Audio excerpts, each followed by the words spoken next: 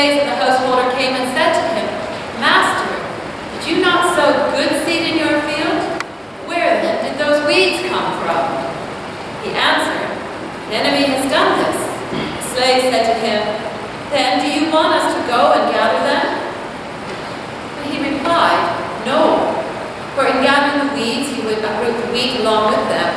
Let both of them grow together until the harvest, and at the harvest time I will tell the reapers, Collect the weeds first and bind them in bundles to be burned, and gather the wheat into my barn. Then he left the crowds and went into the house. His disciples approached him, saying, Explain to us the parable of the weeds of the field. He answered, The one who sows the good seed is the Son of Man. The field is the world. The good seed are the children of the kingdom. The weeds are the children of the evil one, and the enemy who sowed them is the devil. The harvest is the end of the age, and the reapers are angels. The gospel of Christ. Praise to you, Lord Jesus Christ.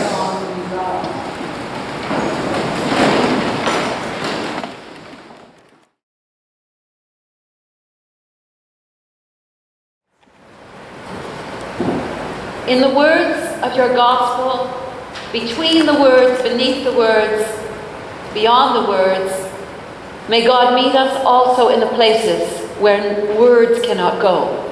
Amen.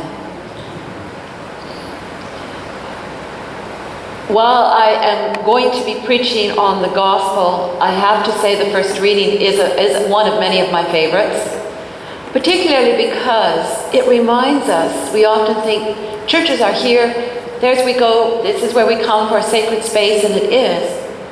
Yet there is this other reality that sacred spaces are wherever you encounter something holy, where you have an experience of the divine, something, an illumination, an epiphany.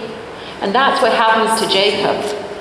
Jacob, we haven't heard before that encounter, has been particularly mindful of prayer and worship of God. Yet in this place, while there, he does. And the other wonderful thing about that is you'll notice it's not Jacob making all these promises to God, it's God proclaiming once more, I'm going to be faithful to you. If you let me in, I'm going to do this, and your life will be good. So we'll leave that one there and go to another one that takes another look at another place that we've all seen, which are fields of wheat. That's part of Canada. You see the wheat. I never think about the tares. I just smiled at you when they said the enemy came. We don't need any enemies to plant the weeds. I think they're innate in the earth. No matter what you plant, they're coming. In fact, I thought if I didn't go out my front door, and I might have said that to you before, then I wouldn't see the weeds, they wouldn't be there. Well, I went out yesterday morning, and boy, did I ever see them. I was wrestling with, I saw some other things I'm going to tell you in a moment. But all week I was wrestling. Here we are in 3 weeks of gardening, which is great. It's a good time this year to have farming and gardening. And I've been thinking in my head, weeds and wheat, weeds and wheat.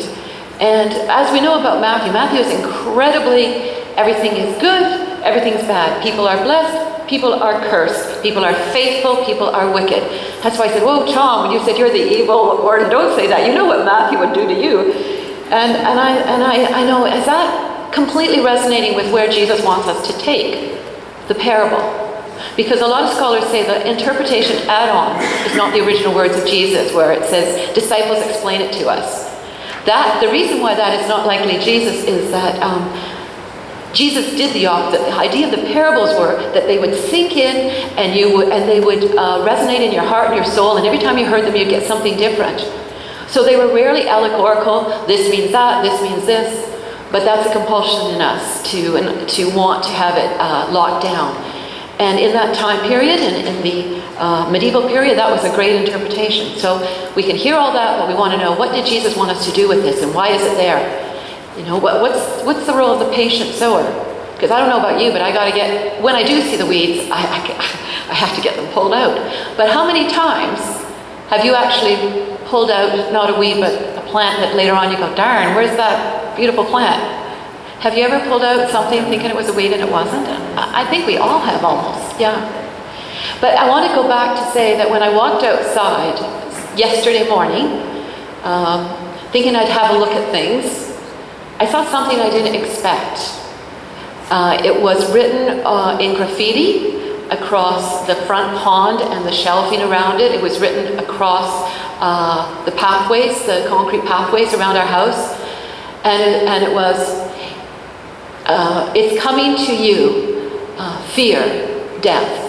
It's coming to you, fear, death. So I thought, that's not very nice. And what is that all about? And I thought, first instinct is it's just for me. And I thought, like, who have I offended? And it didn't come readily to mind. And I called my daughter, and so we were processing that and thinking back over the 30 years we'd been there and what that might mean. And then I went back outside and looked over to the left, and there on my neighbor's brick house was graffitied, and these are in really big letters. This is taking up 12 feet easily. What was it? Jesus saves, damns you. So I thought, this isn't good. And we started to notice police cars and go around the neighborhood, and about 100 families were hit, whole streets, especially on cars. It was a beautiful white van with the words, a bad word on it. Another garage had death quickly across it, and the infinity sign, like forever death. And so this all probably happened between 1 and 2 or 3 in the morning. And I took it also, though, there's always going to be mischief. There's always going to be sometimes vandalism.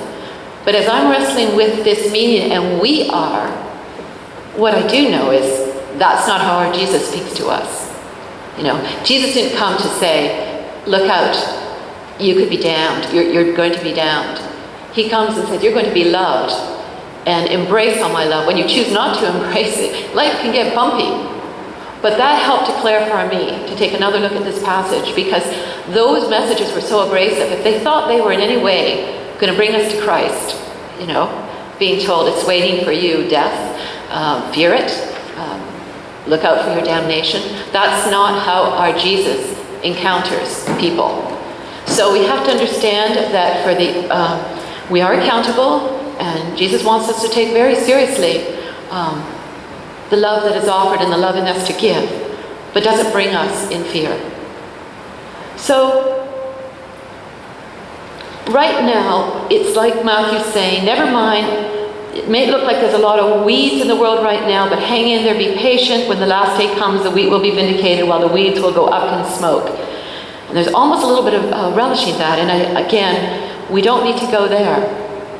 But I know that parents know, like, why is this farmer patient? Why does he let the darnel go with the wheat? Because darnel actually, in Palestine time, has like a little black seed, and if it actually goes to seed and gets in the bread, it's toxic.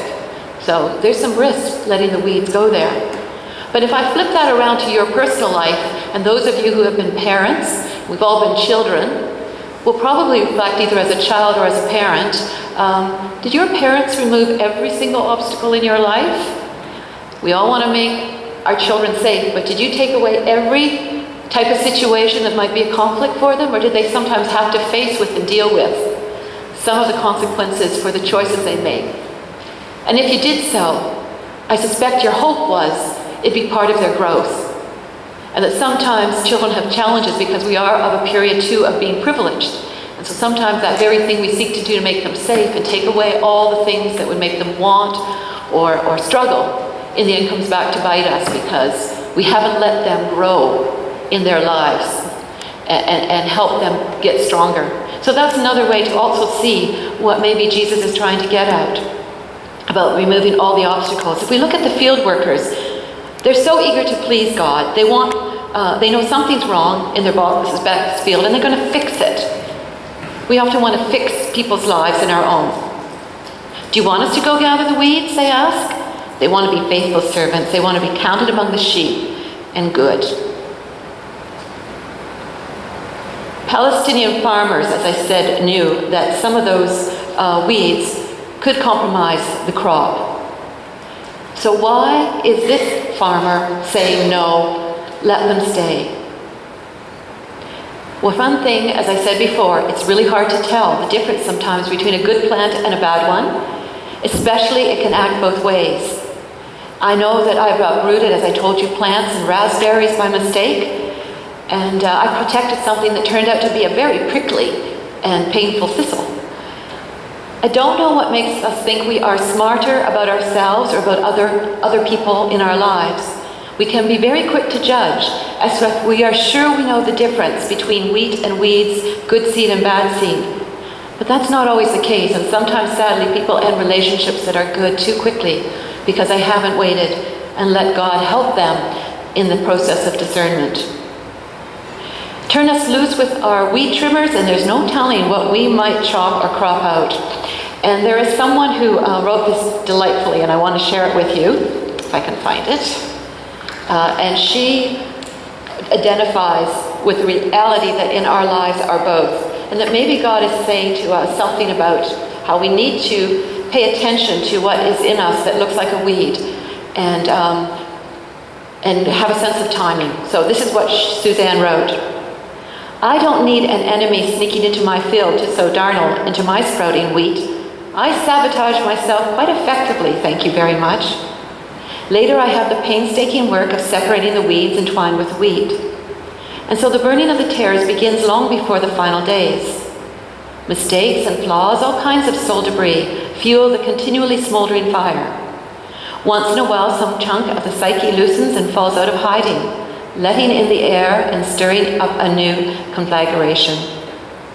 While I'm untangling my harvest, I sneak a look around at other sinners. My assessment of others' bundles distracts me from the work at hand. I'm not so bad as that one or this one. One would hope that attending regularly to my own sins might draw forth deep compassion for other sinners, sowing seeds of self-destruction. But sometimes it doesn't. And just as wasteful as my rush to judgment is my jealousy of others who seem to handle their mixed harvest of wheat and tares better than I.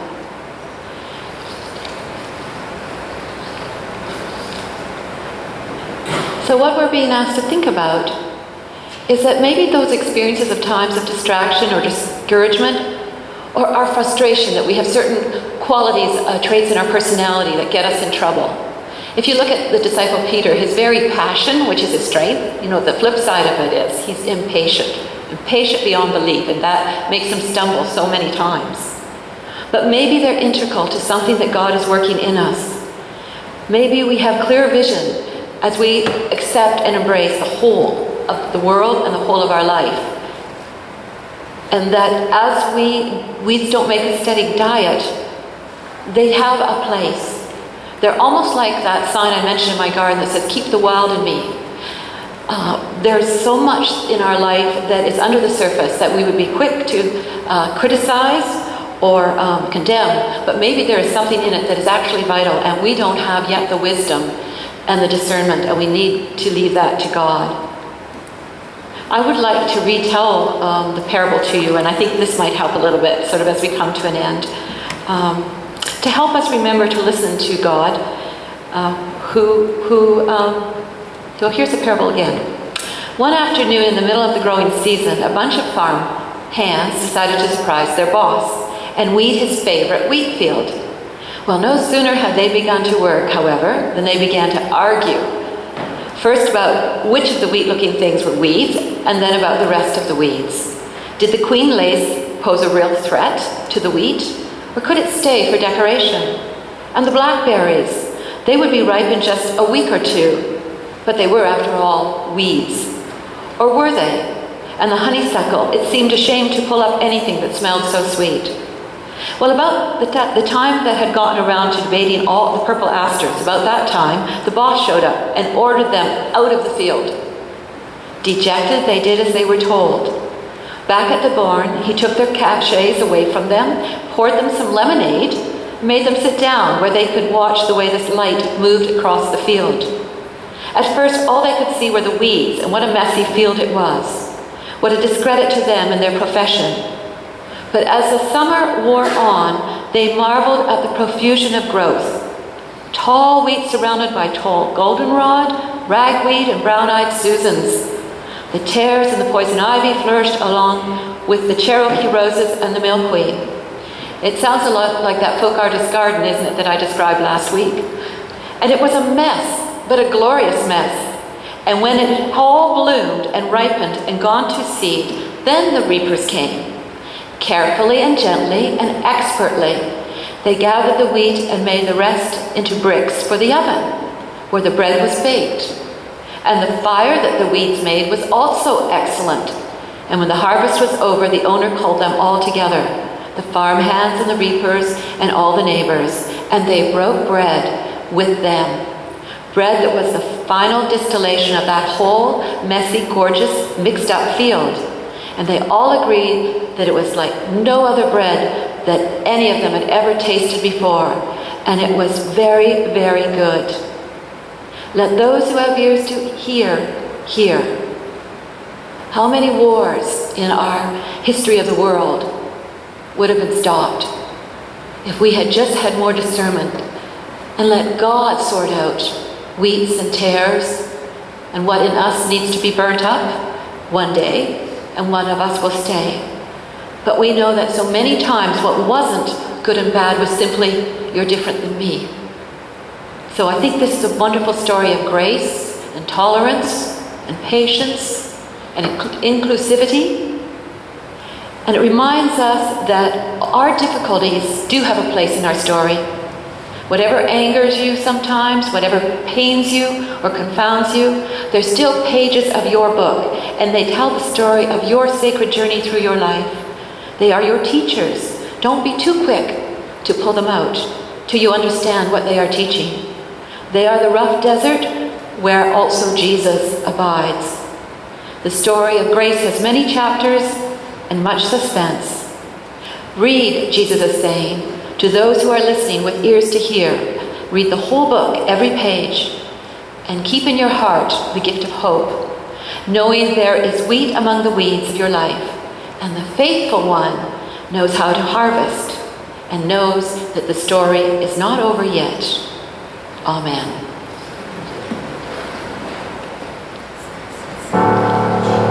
Please stand for a closing song.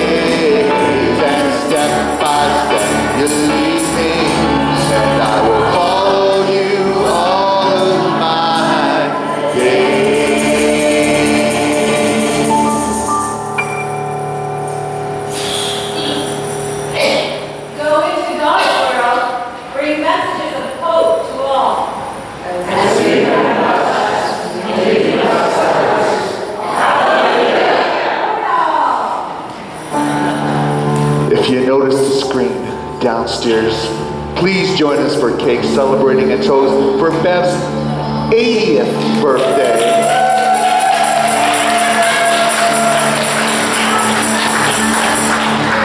Hey bud, that's my birthday and your birthday combined.